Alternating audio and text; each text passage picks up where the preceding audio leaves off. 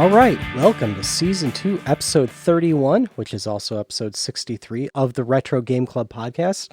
I am Rob, and someone who already got his Christmas stuff up to get ahead of everyone else is Hugh. Yeah. I'm just trying to get the year over with.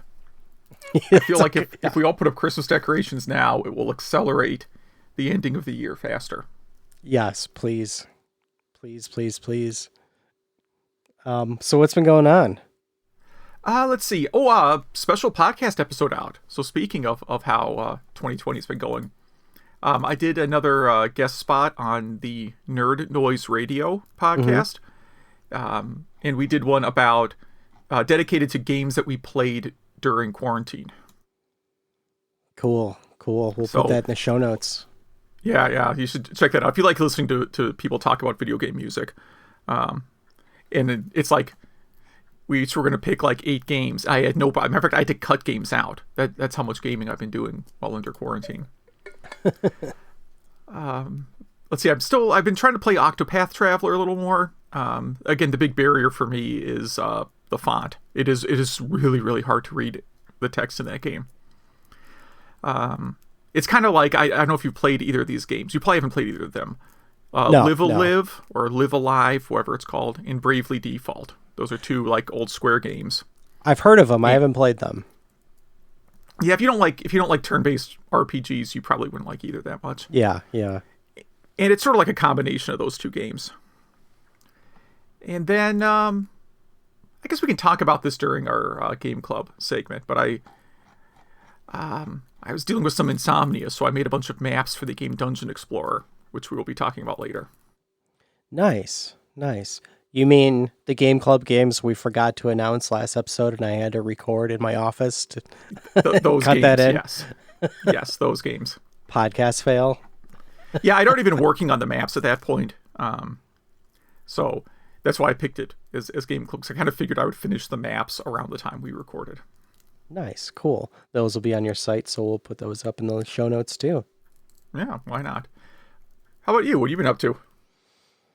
Well, I was part of that PS5 pre-order fail. I wasn't going to get it, but one of my friends kind of got me hyped on it. You know, when pre-orders start and you just kind of get in with the hype and months and I actually don't know how that goes at all. It's I don't know, it's just part of me, but part of me ever since the Nintendo 64, I think. But all these sites like Best Buy and Target and them had email lists months ago saying, put your email address here if you want to know exactly when you're going to pre-order PS5. Mm-hmm. Well, I did that. Nope.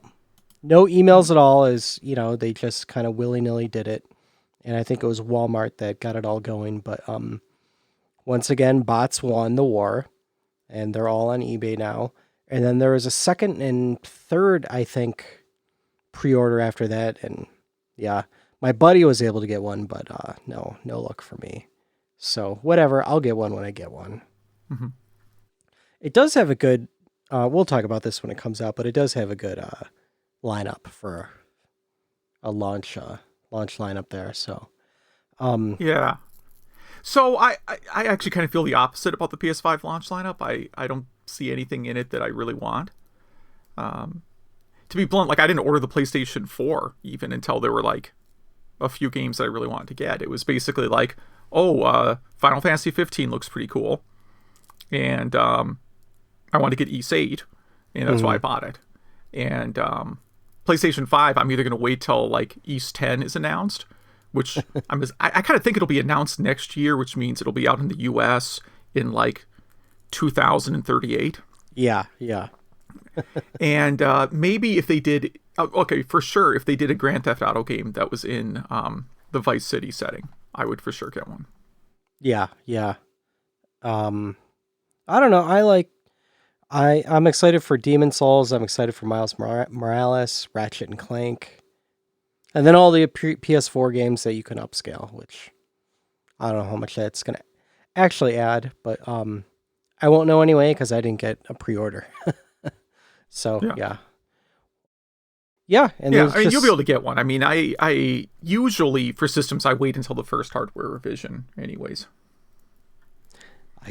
I don't have the patience. I think I do, but then you get bored at night on payday or something, you know? Mm. Yeah, I had such a big backlog that no risk. Yeah, speaking of backlogs, I'm still in Final Fantasy VII. I think I'm literally at the last boss. I just want to, that last chapter, they don't give you many times to stop. So, not the last, chapter 17, the road one. The road one. Well, you fight Darkstar and There's Rufus, and then you immediately go into another fight after that, and then you immediately get on the road on a yeah. motorcycle. Yeah, there's a couple spots where you're like doing motorcycle. You're definitely at the end though. Is the spot I'm thinking of. Yeah, yeah. So, And that part that is arguably the most fun part of the game. But yeah, there's no breaks. You pretty much have to just have an hour of time free to play through that. yeah, and I heard the last boss battle is pretty long, so I'm just waiting until I know I have dedicated time to do it. And I've been spending a lot of time with this game, and I have like Ghost of Tsushima, and then Star Wars Rogue Squadron coming in the mail soon. I have these Mario 3D All Star games that I haven't played. Well, I played them, but not on this system yet.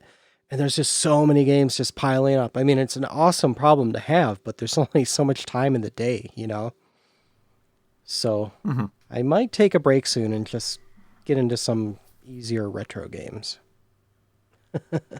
Yeah, that's about it. We have so much news that we've actually saved almost as much news as we're going to talk about. Yeah, I think so. That means don't add any more news No. between now and next week. Yeah. One of these is a piece of speculative fiction, I believe. Could the House of Dead remakes be coming to Stadia? What is Stadia again? Google's vaporware. Okay. Their game streaming service, Oh, right. which isn't bad. It's just not financially. I don't think it financially works for anyone. Their pricing model, but yeah, apparently this company Forever Entertainment announced that they have an agreement to do House of Dead remakes on Stadia, and apparently they did the Panzer Dragoon remake, which is on Stadia. I guess this is kind of credible. So we'll see. I like House of Dead, so I would be excited to see that, but you kind of need a Lycon, right? In order Yeah. for so And that's not really going to be selling a lot of Stadias. no. Unless they came out with a Lycon. Having a modern Lycon system would be fun. Mm-hmm.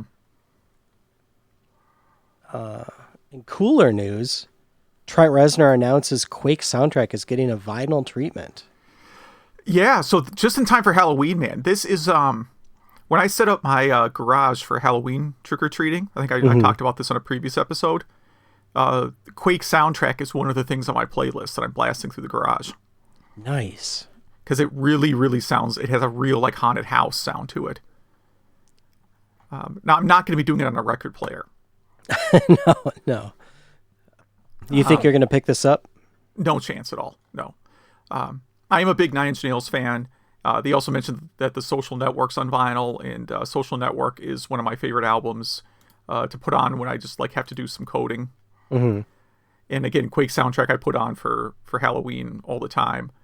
But I have them. They're on Spotify, and I have MP3s of them, and I already have them, and I don't even own a record player, so I don't know why I would get these.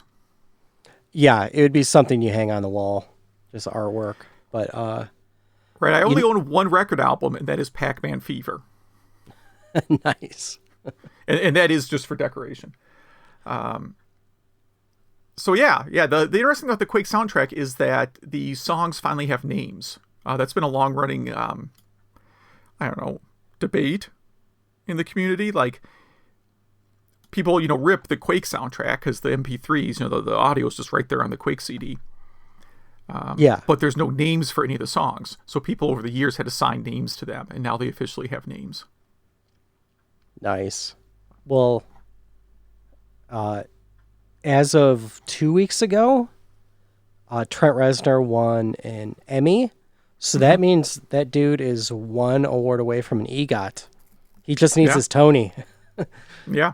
Yeah, which So is maybe pretty hard to do because it has to be an original play. You can't just like if someone made if someone decided to make an adaptation of The Social Network or for Quake. stage, right? He couldn't win a Tony for that. Quake on Broadway. Yeah, or Quake on Broadway, even better. I think he also won a Country Music Award. No, that's Wow. serious. Are you serious? Yeah, For I'm what? serious. Yeah. What For country did he do? he did not do a country song. He's sampled on a song that won a Country Music Award. Oh, that's strange. Wow. Yeah. All right. Arcade TV's MSU MD project. So, did you get a chance to check this one out? Yeah, I actually have a. Yes, I watched the video and. All right, you describe it and then I'll give you my feedback. Okay, so, Krikz, Krikkz, who does the EverDrives, created this driver that you can add CD quality music to Genesis games. So you could do this either with an emulator of, there's like 3 emulators it works with, or the latest Mega EverDrive Pro Evercart, or you can just use the Sega or the Genesis with a Sega CD, and I guess you just put an audio CD in the Sega CD and use the cart for the other part, maybe. Okay. But kind of neat. There's a few games that it works with. Castle of Illusion, Chicky Chicky Boys, Quackshot, Street Fighter 2, Wonder Boy 5, Wily Wars, and Toki. So here's what I'm confused about. Why did they do Castle of Illusion, which already has one of the best soundtracks on the Genesis? I thought the same thing too. Like, pick a game that has maybe it has like an awesome soundtrack on some other system, like it's a port of something, right? And do that. Like Castle of Illusion, I don't think that soundtrack needs to be changed. Yeah, is like East 3 or something on the Genesis? Yes. So that's a great one. You could take East 3 for the Genesis and mix in the TurboGrafx CD audio. Yeah, that would be great. Yeah. Yeah, that would be a big improvement. Absolutely. Street Fighter 2, I think that would be pretty good. There's no videos other than Castle of Illusion. Mm-hmm. But yeah, I love this project still. I don't think I'm going to dive into it. Yeah, so Street Fighter 2 sounds good on the Genesis, but then you also have like the overclocked remix Street Fighter 2 album, right? You could like run that instead if you felt like it. Yeah. But I don't think I'll be messing with that one, even though I like it. Yeah, I mean, like I said, I like the project. I just couldn't understand why they picked Castle of Illusion.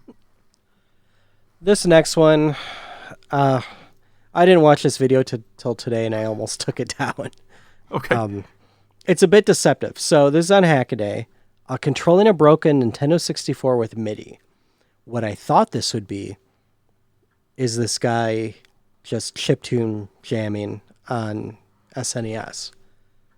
Nope. He just randomly clips different endpoints on the Nintendo's or Super Nintendo's motherboard and sends signal to it, which glitches it out. And then he hooks the other side of the MIDI interface to his sequencer.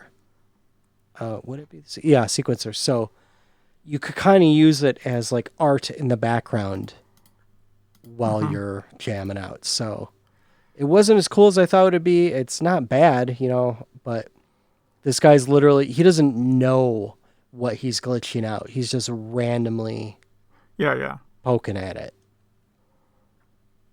So you're not going to learn too much here, but still, I like that people are tinkering with this stuff. Mm-hmm. Oh, MSX Dev 20 final results. That's the one. I think I even added this one. So we Oh probably yeah, talked. Yeah, I assume we talked about this competition earlier in the year. probably. And yeah, so now they have the. And my voice just cracked. That was really weird. You can edit that one out. Yeah, so they've announced some of the winners here, like the Menace from Triton, which is a shooter, which looks pretty amazing. I could believe this was like an NES game if you told me. Oh yeah, oh yeah.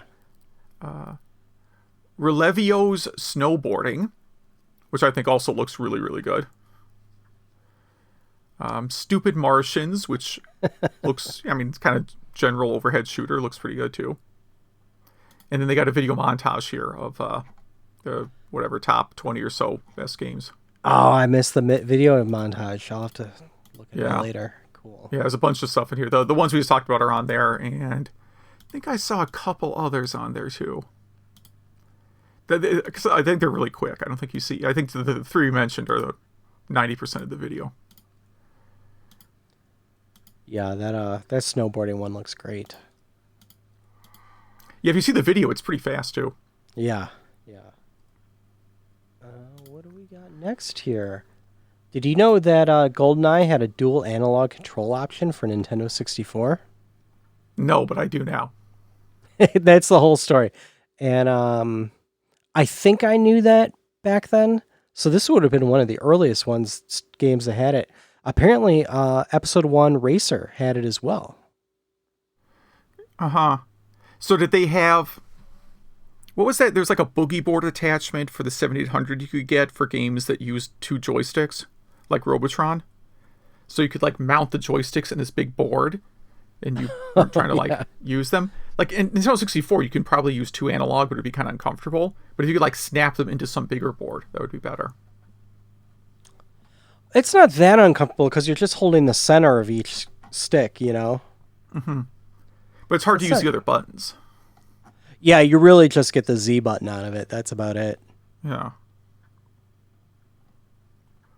Yeah, so I don't know if I'll be testing that out. And I guess definitely will not be. I guess if you have a brawler stick, you're not going to be testing it out either because that kind of ruins that, huh? It looks like you posted a ROM hack here.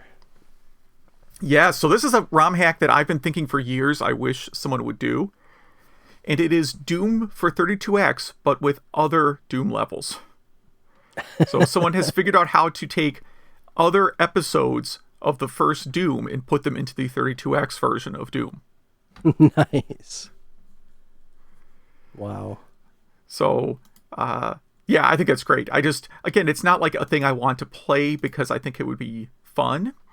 It's just sort of like if you look at like the ROM for the 32X, it has something called a WAD file embedded in it. So it seems like there must be some way to convert a regular Doom WAD to something playable on the 32X. I don't think it's like for like I think the 32X, because of hardware limitations, they might have stripped out support for some things. I guess I can look through the project page, but you know, this group here figured out how to, get the other Doom levels in there. That is cool. Yeah. Yeah, I guess I never really thought about that. Yeah. If you could do like the other versions of Doom too. The Super Nintendo Doom you couldn't do it with because I think that was a complete rewrite from scratch. Yeah, it doesn't use the Doom engine. Yeah. Whereas I think 3DO Doom uses the Doom engine. 32X Doom and PlayStation Jaguar, I think all those use the actual Doom engine, and you could theoretically get other WADs into them. That is awesome. That is cool. What do we have next? Now you can program an Atari 8-bit via Twitter, and it is not only in BASIC. Yeah, just some stupid thing where you can send tweets to somebody and it gets loaded into an Atari, I guess. Yeah, apparently the video every 2 minutes will return, so it's just looking for a tweet. So this guy's just setting Is that assembly he's sending? No. Yeah. Is it? Now, Yeah. of course, it uses an emulator. He hasn't wired it into a real Atari yet. No. It's a Raspberry Pi running the Atari 800 emulator, but it at least proves that it's theoretically possible to do something like this. You would have to basically have the Raspberry Pi reading the tweets and then through like some other hardware interface feeding them to a real Atari 800. So it's not impossible. It's totally useless, but it's really fun. I mean, let's face it, every project we talk about is basically useless, but Oh yeah. but they're all fun. Yeah. Yeah. We got, what is this? Arcade 1UP's latest $3.99 cabinet features Sega games for the first time, and Yeah, and isn't there some other collection, some other arcade cabinet coming out with these same games? I can't remember. Yeah, we talked about something like this recently. So it's got Golden Axe 2, Wrestle War, Shinobi, and Altered Beast. And again, it's the short cabinet. Right? Like if you're over 5'8", you probably have to get the riser. Yeah, yeah, and I don't know. These games are fine, but it's not something I want to spend $400 on. Now, I do think like these cabinets have nice screens, nice controls, and they're built pretty well. So the fact that they could do all that for $400 is pretty great. It's just I'll probably skip this cabinet. Just not for me. Yeah. I would be, quite frankly, happier with the Genesis arcade cabinet in Golden Axe. And also other cartridges that you could then put in. Yeah. In other cabinet news, on a Raspberry Pi blog, there's a little blog post here on how to build your own arcade cabinet from scratch. Looks like the CNC wood cut in and everything. Uh-huh. Yeah, I mean, all you need is a few $1,000s worth of tools. I know. And you too can build an arcade cabinet for free. Yeah. This even has the coin door. Also, years of practicing with those tools. Yeah. I mean, And it's neat. painting. Like, I like it. Obviously, if you have the skills and equipment to do it, by all means, yeah. New Sonic 30th anniversary gear from Funko Pop and an Encyclopedia book and more. Yeah, man, Sonic Anniversary really makes me feel old. Yeah. I don't know why yeah. Sonic of all games, because I don't know. I mean, I was like working in a game store and all this stuff came out. So like 30th anniversary, that's completely blowing my mind right now. That Sonic is 30. Yeah, that kind of makes me sad. But hey, they have Funko Pop, so there you go. Well, yeah, I ordered the blue Sonic Funko Pop. This Encyclopedia looks great, but the $45 price tag is a bit out of my range right now, so maybe I'll put it on a Christmas list or something. I'm looking at the Funko store right now. They have Baby Yoda. Look at that. Oh, yeah. For some reason, there's a Kevin Smith Funko Pop coming out. What else do we have here? Oh, on Good Old Games on GOG, Konami is releasing some old Metal Gear and Contra and some Castlevania games for... You could get a lot of games for under $32. Okay, these are the 8-bit games or these other things? I do not know. Well, it's Metal Gear, so that's got to be 8-bit. Metal Gear Solid, I've never played. Oh, Solid so I have 2. this. Hold on one second. I'm going to grab this box. Hold on. So, I mean, I know we don't have like a video feed going, but I will show you anyways. When I saw this, I'm like, oh, is that the same thing as this? So this is like some collection. Yeah. That looks pretty right on. Yeah, same color and everything. Is that for a PC? Yeah, PC. Castlevania, Castlevania 2, Castlevania 3, Contra, and Super C. And I got this, I don't know. I can't remember if I got it at a store or a yard sale. Maybe there's a receipt in the box. I don't know. Who knows? It's basically the NES games, but on a CD that you can then play on your PC. Are they emulated or were they ported? I believe they are emulated. I think these are just ROMs. I had no idea any of these were on PC before. Yeah, I mean, most of these started off probably as like MSX games or something, right? Yeah, yeah. Oh, hold on. I don't even think I've ripped the CD. Let me see here. I'll put the CD in. It's not going to auto run because I have a Linux PC, so it's just going to be like a regular disc. Ooh, that's really loud. Can you hear that? No. My CD drive never makes that sound. I don't know what's going on there. Well, let's see. It has a trial of Dance Dance Revolution. And then a couple cab files. Let's see. 512 bytes, 466 bytes. This has got to be NES ROMs, man. This is tiny. Yeah, yeah.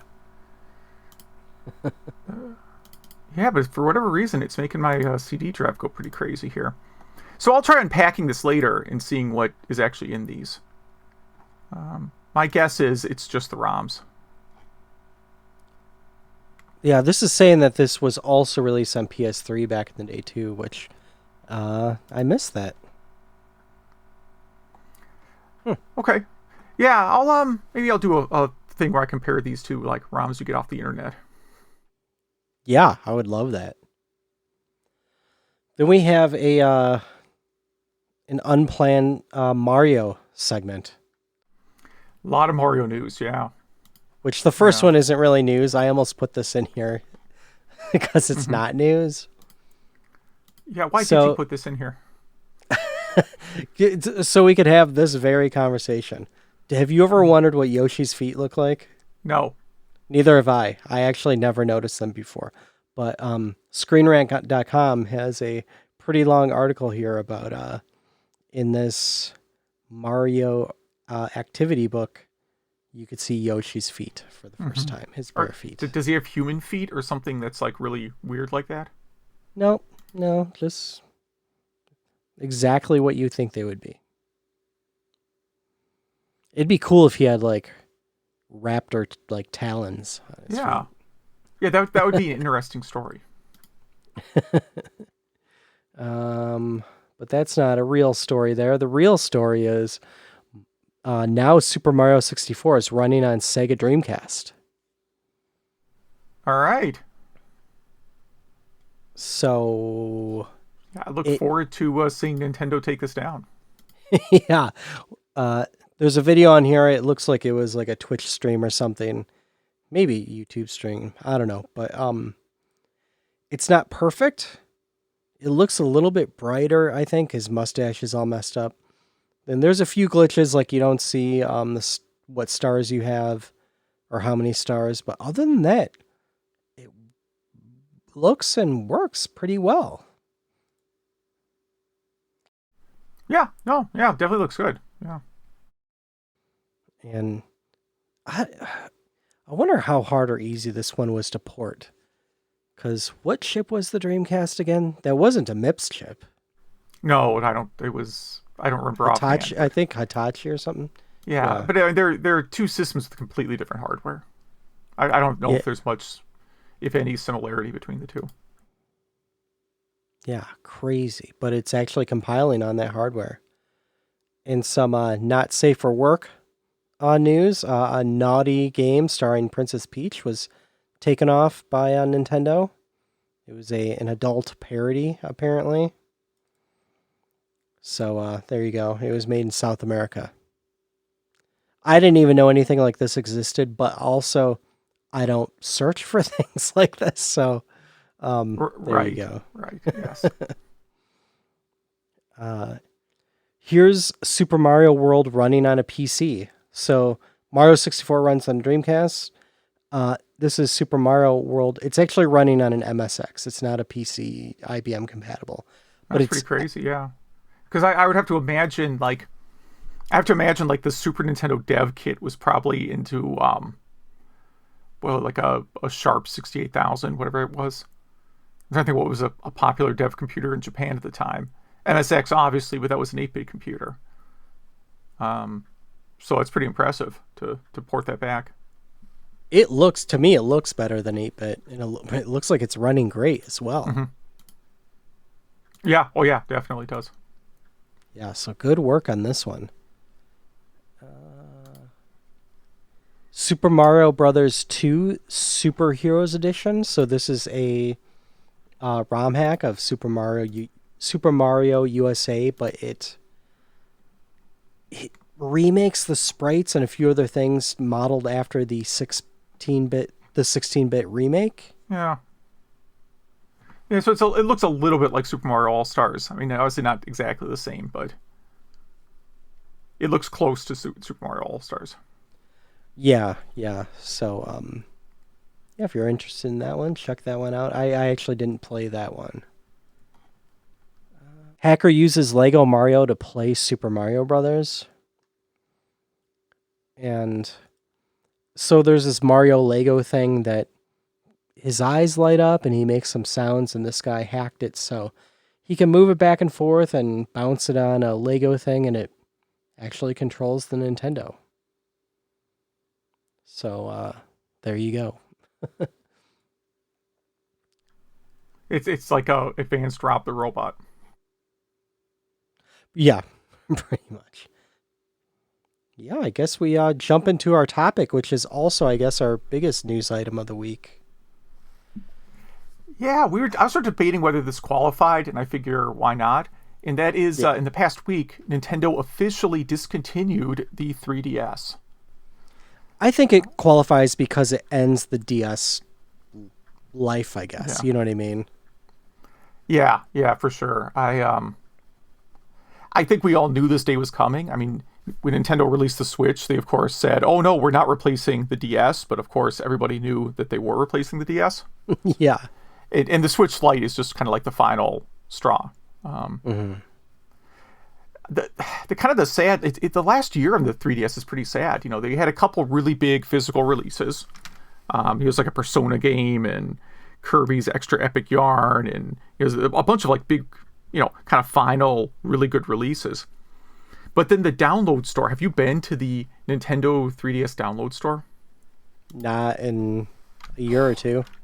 So just preparing for this, I wanted to see like what were some of the last download games made for this system, and it's like the worst. Like, I don't know who Nintendo gives licenses to, but like it is the worst shovelware you will ever see on any game system.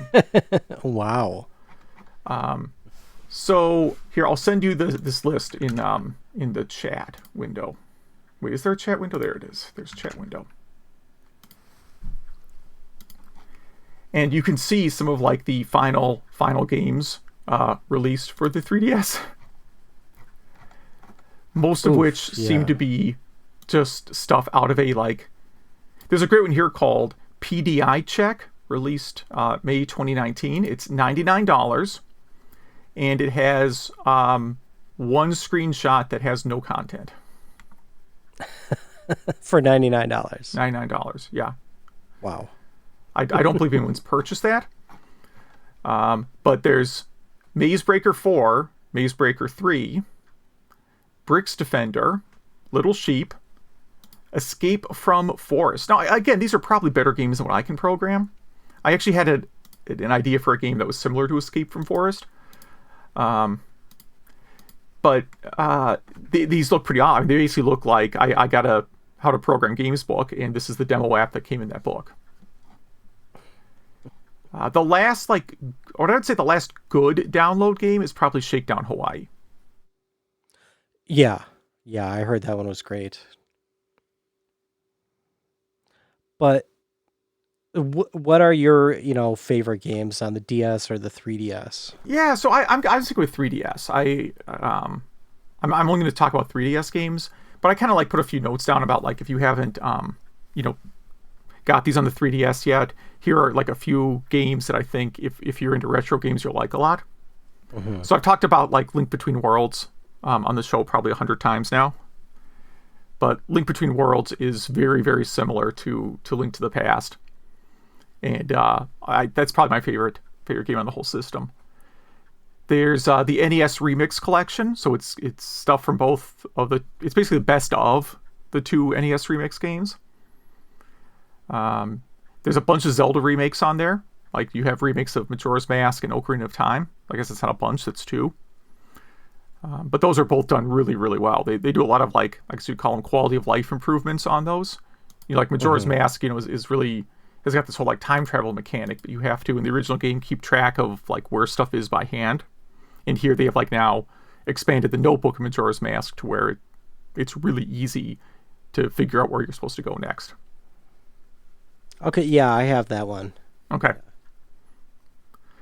So that's good. There's Sega did a whole bunch of 3D arcade games on there. So sort of remixes or updates of a number of arcade games. And they have a collection. So if you want to get a bunch of them on a cartridge, they have one collection with 5 or 6 games. I think that is the best version of those games, too, that you could play at home. Oh, yeah. Yeah, they're Especially really good. Space Harrier. Oh, yeah, it's good Space Harrier. Now, Outrun is not on that collection, which is the one kind of let down. See, then there's, I put Metroid Returns on there, so that's the Metroid 2 remake. I think I played through that last year. Yeah, I think I like that one better than you did. I don't think it's you hard. liked the I mean, parry. it's way more difficult than the average Metroid game. I can understand not liking it. It was very well done. Oh, yeah. Let's see. Bravely Default, which I mentioned before. That's a RPG by Square Enix. Kind of innovative. It's a little bit like a Final Fantasy V, where your characters can take on any class. So there's a lot of different ways you can like build up your party, and I thought it was a lot of fun. And there's a sequel to it, which I'll mention later. And then maybe, I don't know, one of the best platformers I've ever played, Kirby's Epic Yarn, which is on Wii also, but then there's a remake for 3DS. It's weird. The remake actually makes the game easier, even though the game was really easy to begin with. So, you know, take that for what it is.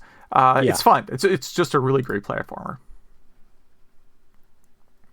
And then I jotted down like a couple of games that are on a bunch of other systems, but are still fun to get on 3DS. So there's something called Gurumin, which is a Falcom game. It's not really like any of their other games that much. The one drawback with that game is like it definitely suffers from having very, very bad camera controls, mostly because of the era it was made in. Otherwise, it's a fun kind of like dungeon, like it's like an action dungeon crawler game. Of course, Retro City Rampage, and a game I also played through last year, Shantae and the Pirate's Curse, which is on everything. It's on everything. But there's a 3DS version. Then let's see. There's a couple of 3DS games my kids still play constantly. So my youngest kid plays Yokai Watch all the time. I think it's like a Pokemon game. I don't know. Never heard of it. There's 4 of them. So it's a popular series, I guess. And then this thing called Tamagotchi Life. Both my kids still play that a lot. It's like a Nintendo version of The Sims. Okay. So imagine The Sims, but there's like no grown-up content. Okay. Let's see. And then I'll just kind of gun through these real quick. My like most disappointing games. Donkey Kong Country Returns. I did not like that. I liked Donkey Kong Country Tropical Freeze, but Donkey Kong Country Returns I was not really into. I think a lot of people agree with you on that one. Yeah, I'm actually surprised it got a sequel. That's how I felt about it. This will get me some hate mail. Xenoblade Chronicles on 3DS. I thought that was one of the most boring RPGs I've ever played. And I quit 10 or 20 hours into it.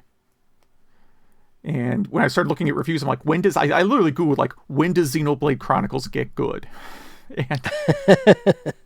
And one guy writing it's like, well, it starts to get really good around 80 hours. And I'm like, I'm out. Yeah, life's too short for that. There's a Bust a Move game on 3DS that I was actually not a big fan of because they leave the pointer on all the time. It's too easy. That's strange. Yeah, did not like it. And then Final Fantasy 3 remake, mostly because it turns out Final Fantasy 3 is a game that maybe should have just been left in Japan. And then I have a couple games in my backlog. I didn't really go through my whole backlog, but a couple of games that I'm looking forward to still playing on the system, which is Bravely Second, which is the sequel to Bravely Default. And it occurs to me, like, when I got the 3DS, I really wanted to get the new Kid Icarus game that I believe was a launch title. And I Yeah. just plain never got it. I don't know why I I never hate got to this say game. it, it's not good. Oh, it's not good? I've tried it to do it a few times and I just can't. It tries to use the fake analog stick on the 3DS and it's Oh, just the little, not. like, nub? Yeah, Okay. and it just does not work out. Oh, okay. Then maybe I will Um, pass on that one. How about you? You got a few noteworthy games here. yeah, and like I said, I really think of this as the end of the DS, so I put a lot of DS stuff in here, Mm-hmm. and it's just crazy what the DS could do. It was dual processor. I think the first processor was 67 megahertz, and the second one was like 30 something megahertz, and the 3DS like triple or quadruples that, but if not more. But it's weird. The games only use the first processor. The second processor is always used for background stuff in the operating system or when you're in the main menu. So I thought that was a strange but cool design decision that I don't think has really been done much other than kind of how really the PS3 is made. I really liked Mario Kart 7. I thought that was one of the best Mario Kart games ever made.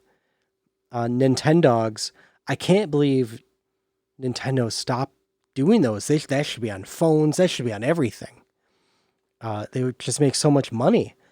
My mom even bought a DS for Nintendogs. Luigi's Haunted Mansion, of course. One of our Game Club games, really, really just it is one of my favorite 3DS games now. Well, I don't know if it's 3DS or DS, but Ghost Trick. If and 'tis the season now. If you haven't, if you want to start playing some spooky games, that's a great one. There's some good Mario Party games on it. A game that's not for me, but everyone else says is one of their all-time favorites. The World Ends with You. Have you ever played that one? I would check it out. A lot of people really like it. It's either getting a remake or it's already been remade.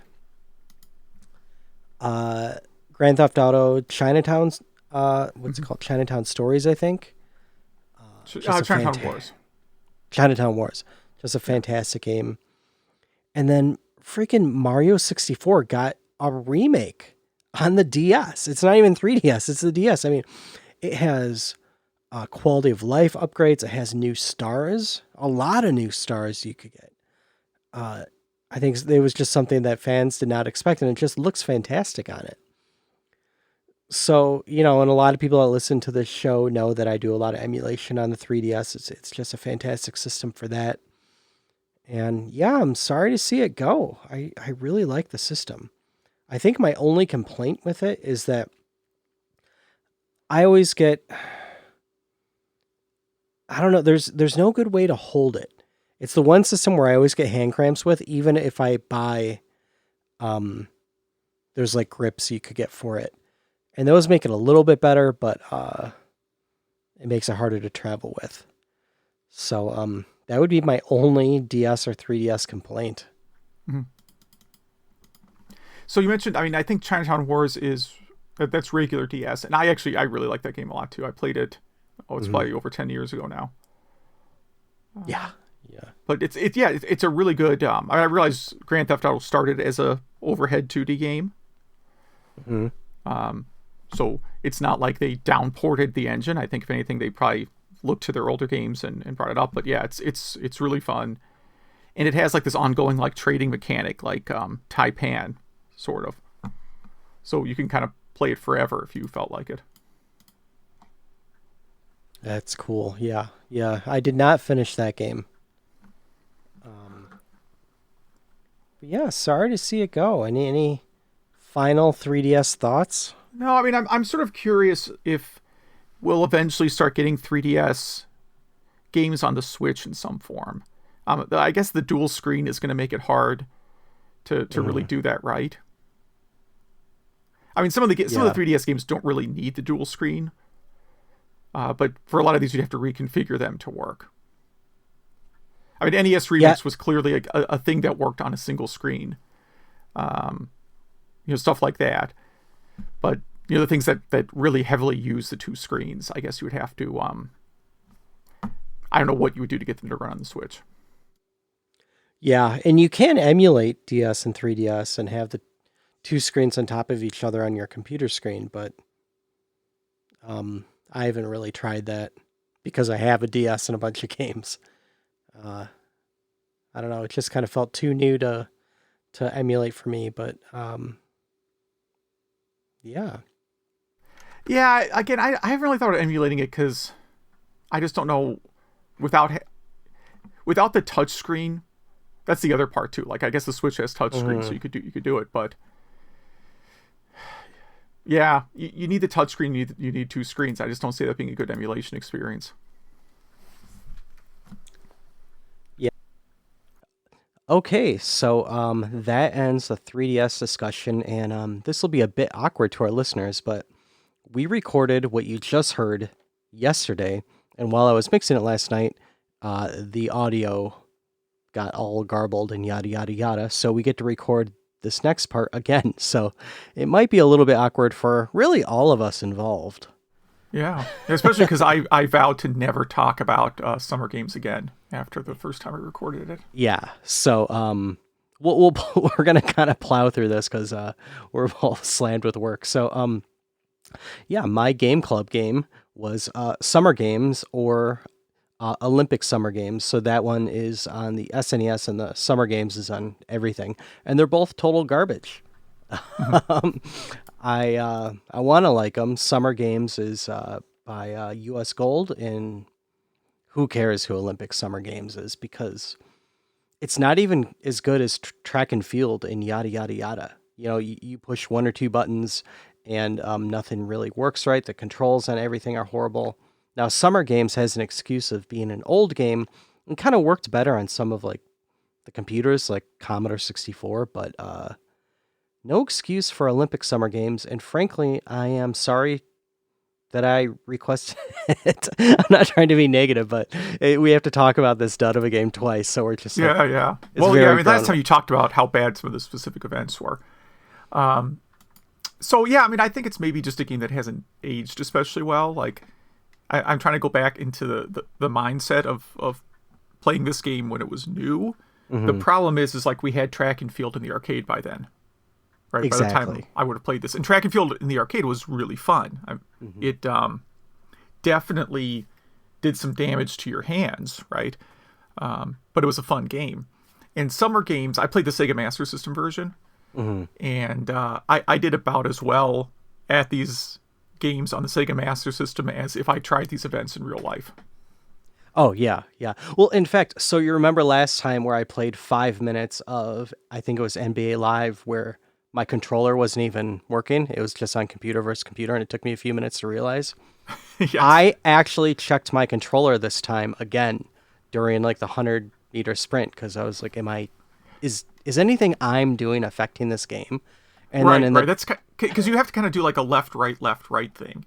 Because I think it's like the way I got the sprint in Master System version was like, I think you're doing left foot, right foot. Versus track and field, it's just how fast can you press these two buttons, and they don't really care if you had them in order, it seemed like. Yeah. Well, on the SNES one, I did go on GameFAQ because I emulated it. I don't own this game. And it said A and B, and nothing I did anything. I could jump the hurdles. That was fine, but I still came in last place. And then diving on Summer Games. Is that even possible? Like, listeners, please, if you are good at this game, email us. Email at retrogameclub.net. And if you have opinions, I'm more than happy to talk about them. But I think we should move on to your game. Yeah, so I did Dungeon Explorer. So I'd mentioned, I think, at the beginning of the show that I had been making some maps for this game. That's why I picked it, because I actually started doing that, 1 or 2 weeks ago. And yeah, I mean, it's like it's sort of like Gauntlet, but with a little bit of role playing elements to it. You have a few more characters to choose from. There's kind of wider discrepancy in terms of who's good and bad in the game. Like in Gauntlet in the arcade, I think the characters are pretty well balanced. I think the elf is kind of useless, but maybe some people like the elf a lot in Gauntlet. But the other three characters, I think, are pretty well balanced and have good trade-offs. In Dungeon Explorer, because you have more characters, I think you have a few more who are maybe more on the less useful side. I think like the warlock and the fighter and the princess are all pretty good. The nice thing about Dungeon Explorer, though, is after you defeat bosses, you get crystals that let you upgrade specific attributes of the character, like strength, speed, magic. So if you have a character that's kind of slow, you can at least, as you defeat bosses, level up their speed or try to max out their attack, and they remain slow, but they have a strong attack. Mm-hmm. I think Dungeon Explorer 2 does most of this stuff better. I don't know, but whatever. There's one character that like starts off completely 100% useless, called the Hermit. Or no, he grows into the Hermit. Sorry, the Bard. Okay. So the Bard is like a completely useless character, but if you can make it to like level, I think it's level 5 with him, then you can upgrade him into the Harmit. They actually misspell it, which is a pretty powerful character. So it's this interesting trade-off. And then in Dungeon Explorer 2, they give every single character an upgrade. Yeah. It's so weird that bards are a thing in video games. Because aren't they just like poets of history? Yeah. Well, I mean, like, so in like Final Fantasy games, sometimes you'll have a class of a character who like plays music or dances or something, right? Mm-hmm. But that the music or the dance have some sort of effect, like they grant some sort of status effect, like your party moves at double speed or you have more critical attacks or whatever, right? Mm-hmm. In Dungeon Explorer, that's just not the case. So in Dungeon Explorer, the bard character is pretty useless until you upgrade him. Like his magic literally like changes the background music of the game. It doesn't damage enemies at all. The music is pretty good. Music and sound effects not bad. Mm-hmm. And you did play this on TurboGrafx, right? Oh yeah. So there is a Sega CD version that's a different game. So the Sega CD version feels a lot more like Gauntlet than the TurboGrafx version does. Mm-hmm. It seems like it's a game that was built basically from scratch. I don't really see, other than the name and like the general style of it's an overhead Gauntlet style game. There's really no similarities between the Sega CD version and the TurboGrafx one. Any closing thoughts? You give this game a recommendation to play? Yeah, I mean, I'm kind of burned out on it from making maps and everything for it. But if you don't have it, like, it's a good excuse to buy the TurboGrafx Mini, right? Mm-hmm. Because it's on there. Of course, they're being cheap, and you have to buy their Turbo Tap or whatever to do 5 players. I don't know why they didn't just put 5 controller ports on that thing. Think of all the controllers they'd sell. Instead, I did buy that USB Turbo Tap, so I might just use it as a USB hub. Yeah, I didn't even look what that thing goes for, because I'm like, I'm never going to buy that. I have a real Turbo Tap too. I guess I don't have any friends. I've literally never used it. Yeah, I don't know how the Turbo Tap works on that. So it's funny, I own a Turbo Tap, but then I have a Turbo Duo, so I can't even use the Turbo Tap. Yeah. All right, so what games are we going to talk about next time? All right, well, I changed mine last minute because I realized the date. Today is 9:30, but yesterday was 9:29, and it's getting to the spooky time of year in more ways than one. But I picked Nightmare in the Dark on Neo Geo. It's a Bubble Bobble like, and just go play it. I would definitely use MAME for this one because Neo Geo is arcade, so MAME is the best emulator for it. You don't own this one because it's a like $800 or more cart. But yeah, great music, great gameplay, great graphics. Really nothing bad about this game at all. Yeah, I hadn't even heard of it until we talked about it. It's a game I've been saving. It's one of my favorites that I think it's time to unleash. What are you gonna be playing? So because I have been playing this on the Switch a little bit, Super Mario Brothers 2, meaning U.S. real Super Mario Brothers 2, Yeah. not the ROM hack that was released in Japan called Super Mario Brothers 2. The game I consider to be the canon Super Mario Brothers 2 because it's what Super Mario Brothers Super Show is based on.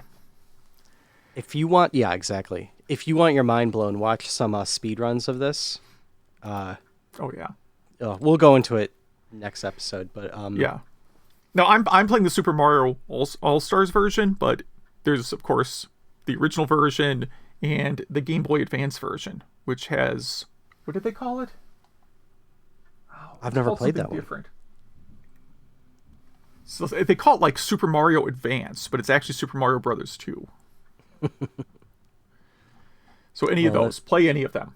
It doesn't Well, matter. if any of our listeners play any of those, email at retrogameclub.net. That is email at retrogameclub.net. Or what is it? Facebook.retrogameclub.net or at RGC Podcast on Twitter. And we're going to kind of read through these emails really quickly just because we're on a time crunch. But I just want to thank everyone in advance. These will be the first emails we read twice. Adam writes us that he really enjoyed episode 62. He actually stumbled upon a Mattel electronic football handheld in an eBay purchase of a lot of Atari consoles and games, and it was included new in the box, which is kind of crazy. I wonder if that thing's worth money. But his 11-year-old even really likes it, and it's just surprisingly fun to play. And he really enjoyed the Nate Peters interview, and he likes those kind of projects that we cover. So that's really good feedback. So thanks for that, Adam. And Sam writes in that he's new to the podcast, but has been enjoying the recent shows. He has a strong passion for emulation and just getting it perfect. And he uses the DS4 PlayStation 4 controllers as well. He just thinks they're great pretty much for everything. He's dabbling into the Bluetooth 8-bit DOE controllers, which I actually really like too. And the way he gets around the controller issue is he has a different RetroArch install for each controller, which I think is the right way to go. I really do. Like, have one RetroArch install per system seems like a good idea, actually. I might steal your idea. And he's curious about our home setups, and Hugh, I'll let you go first since yours is wildly simple. Oh yeah, it's very simple. I do almost all my emulation on the Ouya, the Android micro console, because it's really, really easy. And it works with the PlayStation 3 controller. It's just absolutely no mess setup. At one point, I did run a Raspberry Pi running RetroPie, and then I decided my life would be happier if I converted that to a Pi-hole server instead. And it turns out I was right. Pi-hole has definitely improved my quality of life more than having RetroPie.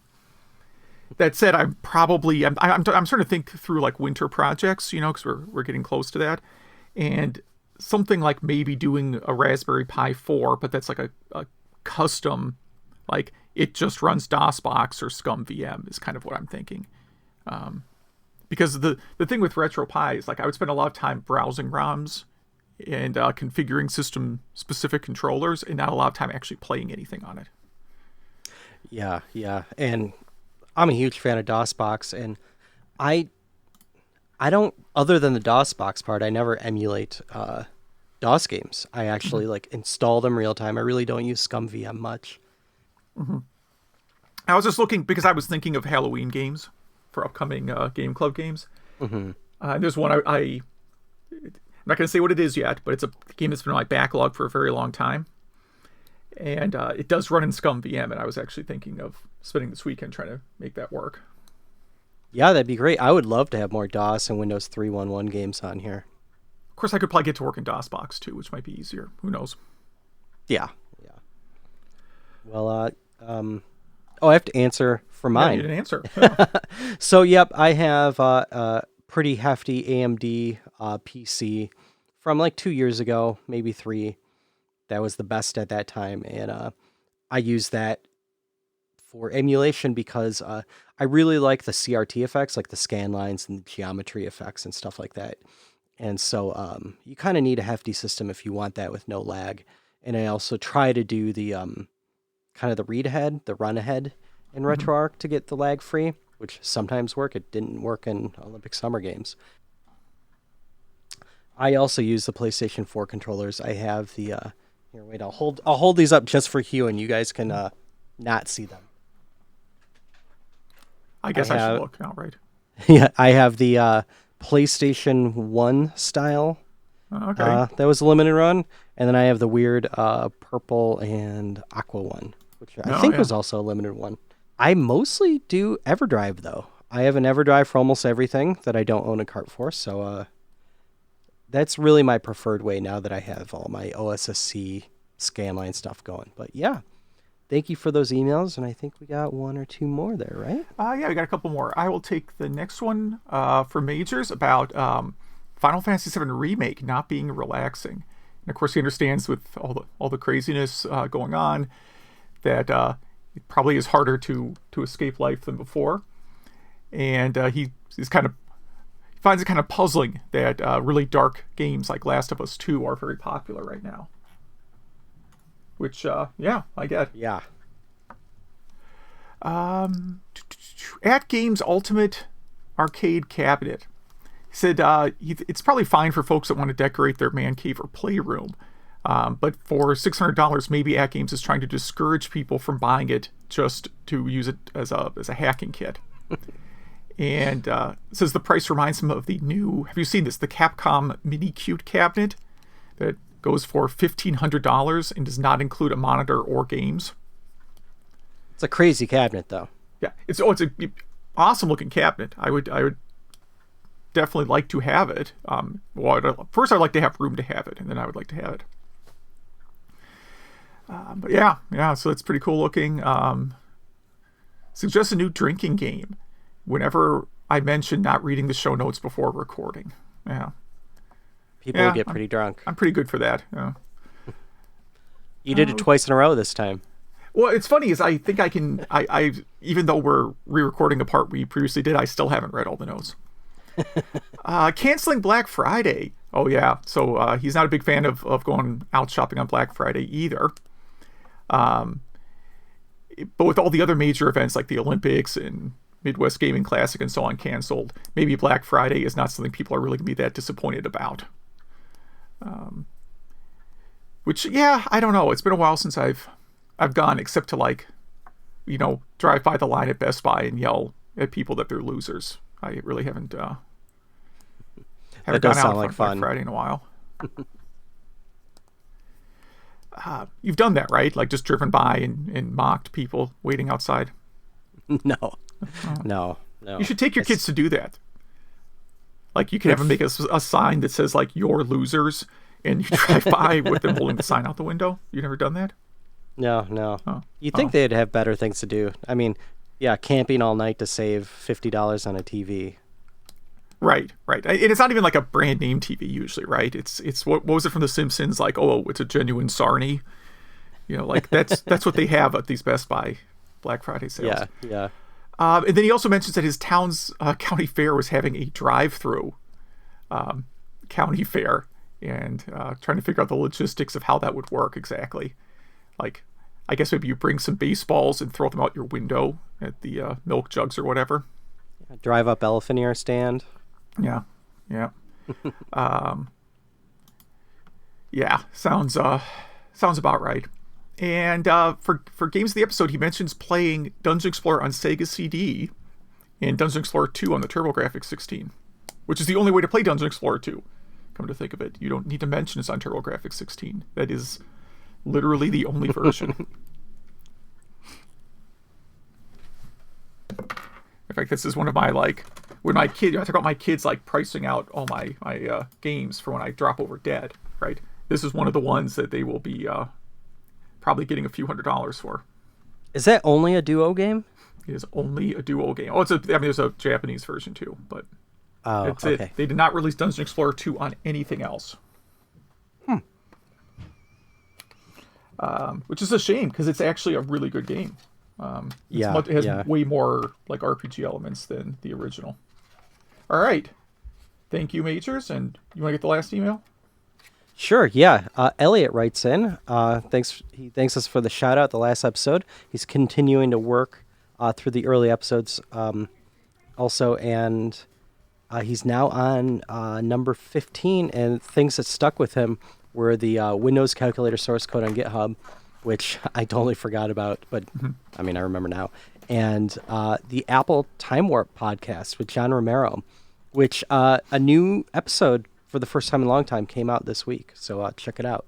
If you like programming at all, that is your podcast. It is fantastic, especially like assembly.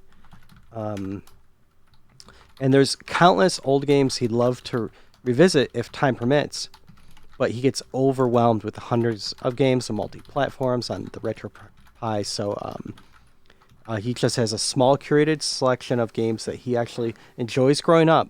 And if he wants to go back and discover a new game, then he'll go into the big group. But yeah, Elliot and everyone else, thank you so much for those emails. And we got to butcher them twice this time. Mm-hmm. And Zach posts a social media question. What's your favorite retro game box art and why? And someone wrote in saying Beyond's box art generally, but the Lords of Midnight box was great. And yeah, he has a picture here, and that is pretty cool. I'm trying to, even the first time we recorded this, I really couldn't think of box art I really liked because I always think of box art I don't like. But like Eastbook is good. All the Sierra Online big boxes are really great. Especially King's Quest 3 is probably my favorite box art. But those are the only ones that really come to mind for me. Yeah. Now, King's Quest, you're talking about the blue cover, not the original King's Quest 5 box art, right? No, not that. That was the thing I picked up at a estate sale recently. It was a lot like this is what my life is going to end up like if I don't stop hoarding estate sale. And I got a whole bunch of boxed Sierra games, including the weird King's Quest 5 with like kids on the front of the box. No king, just... Yeah, and there's even a dog. Yeah, all playing King's Quest 5 in their family room. All right, so again, email at retrogameclub.net if you want to contribute. Yeah, and that wraps up this episode again, I think. Yeah, so thanks for listening.